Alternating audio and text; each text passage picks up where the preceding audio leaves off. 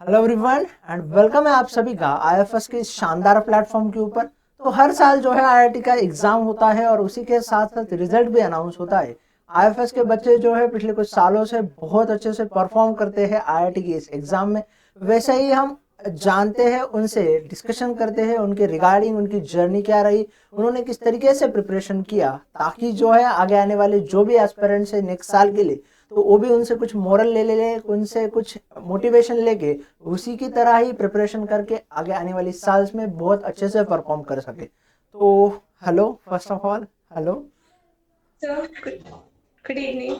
Good evening. आपका नाम बताइए। So, my name is Samreen. I'm from Barabanki, Uttar Pradesh. Okay, आप उत्तर प्रदेश से हो समरीन जी। Yes, okay sir. ओके। तो फिर मैं आपसे ये पूछना चाहता हूँ कि जब आपका रिजल्ट लगा और रिजल्ट अनाउंस हो गया और जैसे ही आपने चेक किया, तो वो फीलिंग क्या रही थी आपकी, आपके घर वालों की, आपके फ्रेंड्स की?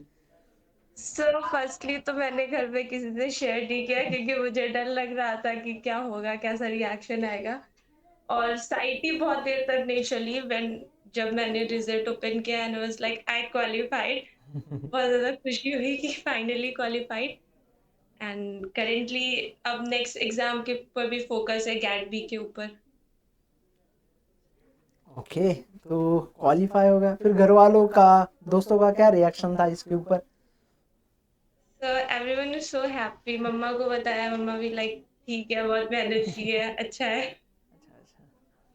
फिर आपने इतना अच्छा सक्सेस अचीव किया है, सक्सेस के बिहाइंड आपका कुछ तो बहुत सारा स्ट्रगल्स भी रहा होगा। तो थोड़ा स्ट्रगल शेयर कीजिए हमारे नए एस्पिरेंट्स के साथ, दोस्तों के साथ। तो मैं ना एग्जाम से पहले नीट की प्रिपरेशन कर रही थी। I was an NEET aspirant. और फिर उसमें कॉन्सिक्यूटिव 3 फेलियर्स मिले एंड जब लास्ट ईयर एग्जाम का जब रिजल्ट आया एंड आई वाज लाइक बिल्कुल शूक हो चुकी थी, क्या करना है कुछ समझ नहीं आ रहा। Then one day I was scrolling on YouTube and IFAS की साइट से मेरे को पता चला कि आईआईटी जैम जैसा कोई एग्जाम होता है जो एमएससी के लिए होता है। अच्छा सो ऐसा। मुझे नॉर्मल कॉलेज से एमएससी करना नहीं था, तो फिर मैंने उसके लिए सारी डिटेल्स ली एंड फिर उसको इनिशियली उसकी प्रिपरेशन स्टार्ट की। I started my preparation from August. हम्म।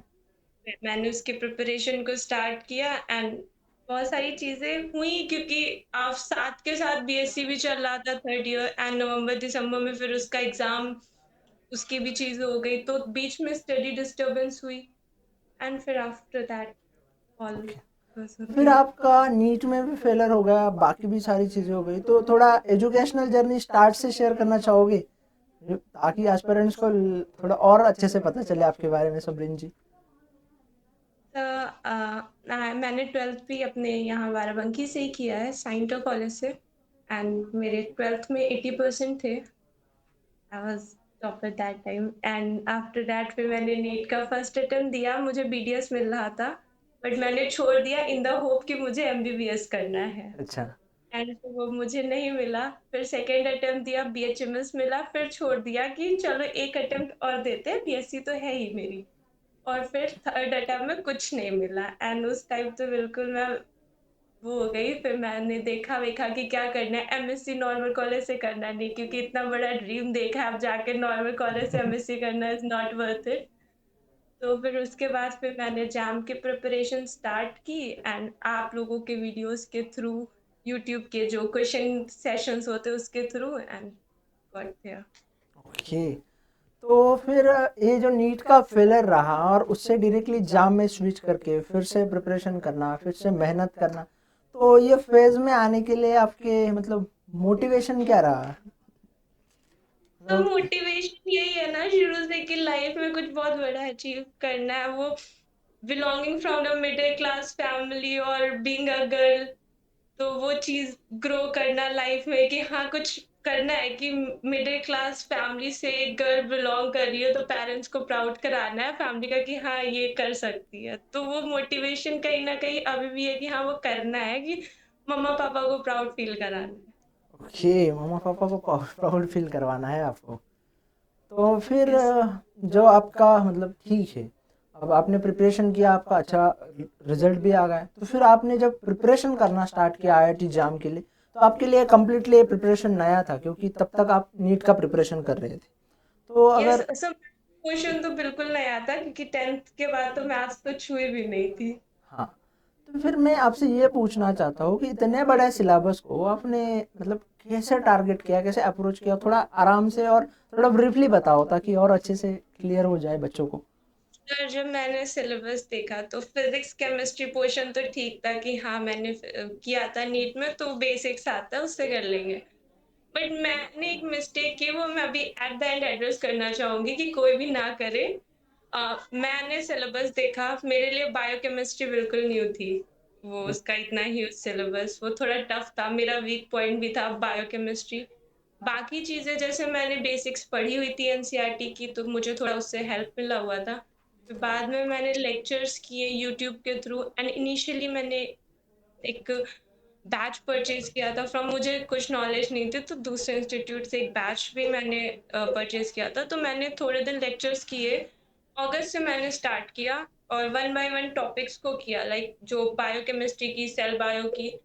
और एक करते गए नवंबर दिसंबर जनवरी तक मेरा सिलेबस जनवरी में फिनिश हुआ, क्योंकि नवंबर दिसंबर मेरे सेमेस्टर एग्जाम्स होने लगे थे एंड उसमें मुझे प्रॉब्लम होने लगी थी। फिर लास्ट में मैंने 15 दिन बहुत ज़्यादा फोकस करके इतना रिवीजन किया एंड लास्ट मंथ में आईपास की टेस्ट सीरीज आपने लॉन्च की थी, हम्म। तो वो वाली मैंने टेस्ट सीरीज सॉल्व की, आप लोगों के क्वेश्चन सीरीज, महा मैराथन सीरीज एंड वो सारे मैंने बहुत ज़्यादा स्ट्रिक्टली फॉलो किया, तो बहुत ज़्यादा वो हेल्पफुल रहा था। अच्छा, तो क्वेश्चन प्रैक्टिस आपको कितना हेल्प करता है? तो बहुत ज़्यादा हेल्प किया था, मेन चीज़ होती है ना कंसिस्टेंसी, कि मैं आप लोग ड्रॉप करते थे वीडियो एंड लाइव चल रहा है तो फिर मैं उसको कंसिस्टेंटली फॉलो कर रही थी, एंड एक महा मैराथन 5-6 हुए थे एंड 4-4 घंटे के लाइव, फिर उनको क्वेश्चंस को सॉल्व करना। एंड आप हैं मोहित सर जब पढ़ाते हैं तो चारों टॉपिक्स में जो गलत है उसका भी आंसर बताते हैं कि ये भी सही है, ये क्यों गलत है, तो उसके साथ साथ बाकी कॉन्सेप्ट भी रिवाइज हो जाते हैं, so that's how it helps. Okay, तो वो भी एक फायदे का ही चीज आपके लिए।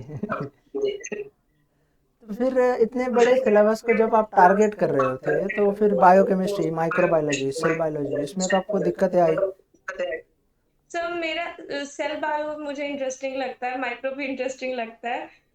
थोड़ा सा बायोकेमिस्ट्री और मॉल बायो में प्रॉब्लम होती है और थोड़ा सा बायोटेक्नोलॉजी पोर्शन में भी होती है, क्योंकि वो बहुत ज़्यादा कॉन्सेप्चुअल होता है और आप एक कॉन्सेप्ट मिस करते हो देन आपका फिर पूरा ज़्यादा हेक्टिक हो जाती है चीज़ें। अच्छा, तो फिर इस सब्जेक्ट के लिए आपका क्या अप्रोच था फिर? सर अप्रोच ये था कि पहले लेक्चर किया, फिर रिवीजन, मल्टीपल टाइम रिवीजन करना वो ज़्यादा ज़रूरी, और टेस्ट देना, टेस्ट नहीं छोड़ना है, मॉक्स नहीं छोड़ना है, क्वेश्चन प्रैक्टिस सबसे ज़्यादा इम्पोर्टेंट, क्योंकि थ्योरी तो आप पढ़ लेते हो ठीक है, फिर बट जब तक आप क्वेश्चन नहीं सॉल्व करते हो ना तो आपको पता नहीं लगता है कि आपने गलती कहाँ की और आपको आता कितना है कितना नहीं आता है। वो भी सही है। थोड़ा एग्जाम हॉल का आपका एक्सपीरियंस शेयर करना। Sir exam hall experience, exam मैं इतना ज़्यादा नर्वस हो गई थी इन द एग्जाम हॉल कि मेरी हेल्थ ही खराब हो गई थी फॉर एन आवर, मैं बिल्कुल शिवर कर रही थी। इवन जब मैं बाहर आई हूँ एग्जाम हॉल के, I was start vomiting just because of so much nervousness and all. तो मैंने वहाँ, पेपर तो 3 आवर्स का था, 2.5 आवर्स में फिनिश कर लिया था।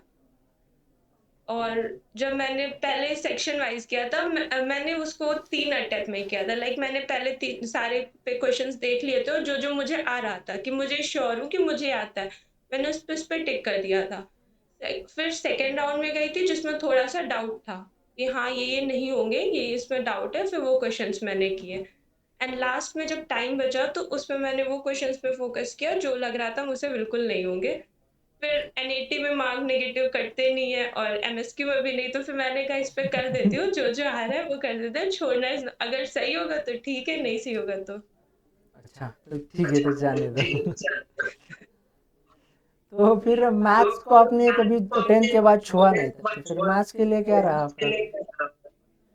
तो मैथ्स के लिए मैंने थोड़े तो यूट्यूब से सेशंस देखे क्योंकि सिलेबस मेरे पास था, और मैंने जो मोस्ट इम्पॉर्टेंट टॉपिक्स थे उनसे स्टार्ट किया, जैसे प्रोबेबिलिटी, स्टैटिक्स, ये सारे इजी पे थे, इनसे मैंने स्टार्ट किया। आफ्टर दैट आईफास का लास्ट 2 साल पहले का और लास्ट ईयर का वो जो पीवाईक्यू सेशन हुए थे पीसीएम के, मैंने उनको किया था कि उससे मुझे आइडिया लगा था कि किस टाइप के क्वेश्चन होते हैं कलेक्टिवली टॉपिक वाइज। तो मैंने उस क्वेश्चंस को सॉल्व किया, तो उसके थ्रू मुझे हेल्प मिली थी मैथ्स में, फिजिक्स केमिस्ट्री मैथ तीनों में। ए, तो इसके अलावा आपके इस जर्नी में मतलब नीट के प्लस जाम के घर वालों का, आपके दोस्तों का क्या सपोर्ट रहा, मतलब उनके थ्रू आपको क्या देखने? सर घर वालों का सपोर्ट ये है कि घर वाले ठीक है कर रहे हो, करो करो, बट एक आता है ना सैचुरेशन की 3 फेलियर्स के बाद घर वाले भी कि अब होगा कि नहीं, उनको भी थोड़ा सा डाउट होने लगता है। अच्छा। तो बट दे आर सपोर्टिंग कि हाँ कर रहे हो पढ़ाई, ये कर रहे हो प्रॉपर करो। पढ़ाई में सब लोग बहुत सपोर्ट करते हैं कि अच्छे से पढ़ाई करो, कोई काम नहीं। हाँ बस मैं ट्यूशन देती हूँ बच्चों को दिन में 2 घंटे, दैट्स इनफ। उसके अलावा मुझे कोई घर पे काम नहीं, बस पढ़ाई पढ़ाई पढ़ाई, दैट्स हाउ तो घर फिर सपोर्ट आप करते पढ़ाई के अलावा टीचिंग भी करते हो थोड़ी? हैं। सर ट्यूशन देती हूँ बच्चों को। अच्छा, तो फिर मतलब कितने बच्चे हैं आपके, मतलब कितने पढ़ने आते हैं ऐसे? सर होम ट्यूशन देती हूँ, 5-6 बच्चे आते हैं। अरे वाह, सही है फिर। तो फिर आपका फ्यूचर प्लान क्या है, अब मतलब क्या देख रहे हो आप? सर अभी लाइक जाम में थोड़ा सा, क्योंकि उसमें तो टॉप इंस्टीट्यूट आईआईटीज के लिए बिल्कुल टॉप रैंक चाहिए होती है। इफ नहीं हुआ, I am preparing for the GAT B also, and I am wishing कि उसमें हो जाएगा तो टॉप इंस्टीट्यूट्स लेके। मेरा तो जो ड्रीम है वो पीएचडी अब्रॉड का है, so that's why I want a good research college. Research college आपको चाहिए। उसी के साथ साथ जो बच्चे अगले साल के लिए प्रिपेयर कर रहे हैं, चाहे वो गैट बी के लिए हो, स्टूडेंट पीजी के लिए हो, आईआईटी जाम के लिए हो, तो उनके लिए आप क्या कहना चाहोगे? सर मैं बस इतना बोलूँगी कि जो तुम्हारे स्ट्रॉन्ग टॉपिक्स हैं उनको डेली रिवीजन करना स्टडी में अपने। जैसे मेरा cell bio, micro bio, animal physio, ये सब स्ट्रॉन्ग टॉपिक्स थे, तो मैं इनको डेली रिवीजन करती थी। इससे क्या होगा कि उसको ज़्यादा टाइम भी नहीं लगता, मोस्ट मैक्सिमम 1 आवर लगेगा, आप रिवाइज भी करो। और जो वीक टॉपिक्स हैं उस पर ज़्यादा से ज़्यादा टाइम देना। पीसीएम बिल्कुल भी मत छोड़ना, क्योंकि मैंने पीसीएम छोड़ के थोड़ी सी गलती यही की थी, मिस्टेक मेरी यही थी कि आई वाज लाइक कि मेरी फिजिक्स केमिस्ट्री तो स्ट्रांग है और बेसिक्स आता है, पर मैं लास्ट मंथ में देख लूंगी। तो वो लास्ट मंथ में फिर उतना ज्यादा नहीं हो पाता है, जब एग्जाम पेपर में आता है तो बहुत ज्यादा प्रेशर हो जाता है। तो पीसीएम भी स्टार्टिंग से साथ लेके चलना बहुत जरूरी है, चाहे थोड़ा थोड़ा लेके चलो। ओके। तो उसी के साथ साथ मतलब मैं ये कहना चाहूँगा कि कितने दिन पहले आईआईटी जाम का प्रिपरेशन स्टार्ट करना चाहिए? Yes sir.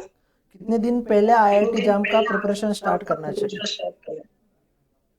स्टार्ट तो सर मैंने तो अगस्त से किया था, एंड वही 6 months are enough if you are focused on the preparation. मुझे अपने पॉइंट ऑफ व्यू से लगता है कि अगर आप फोकस्ड हो तो 6 मंथ्स आर इनफ, एज मैंने भी अगस्त से स्टार्ट किया था। हम्म। So, चलो, आपने thank you so much for your sharing your journey, your struggle, your experience about the examination and result with us. Thank you thank आपको पूरे आईएफएस की टीम की तरफ से, और आप सबको बहुत सारी शुभकामनाएं देता हूँ कि आपका आने वाला जो भी फ्यूचर हो, आपका ब्राइट हो, आपका जो भी ख्वाब हो, वो हर एक ख्वाब मुकम्मल हो जाए। Okay, you so much sir. Thank you once again, thank you so much.